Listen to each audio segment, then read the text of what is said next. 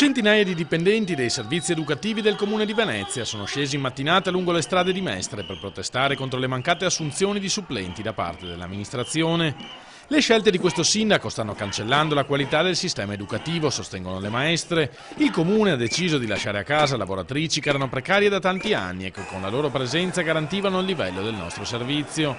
Dal palco di Piazza Ferretto, al termine del corteo, i rappresentanti dei lavoratori si rivolgono direttamente al sindaco Luigi Brugnaro.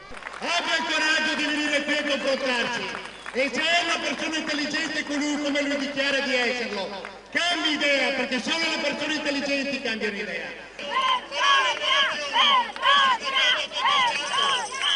Da quando è iniziato il nuovo anno scolastico, raccontano ancora i lavoratori, non si contano i disservizi che le famiglie veneziane hanno dovuto subire. I disservizi sono la mancanza di rapporti numerici educatrici-insegnanti, per cui spesso rimangono magari 13-14 bambini con solo 2 educatrici.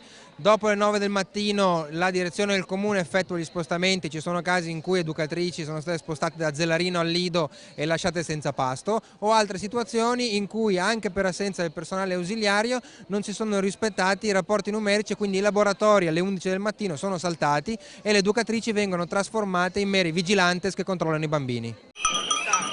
Una situazione inqualificabile, rincarano la dose dal DICAP, alla quale si potrebbe mettere fine domani mattina. La legge lo consente e le risorse ci sono. C'è un decreto varato ad hoc per la scuola, si può assumere, c'è bisogno di assumere nuovi insegnanti, non ricorrere più al precariato ma coprire i posti in dotazione in fabbisogno organico con insegnanti assunte a tempo indeterminato. Ci vogliono queste assunzioni.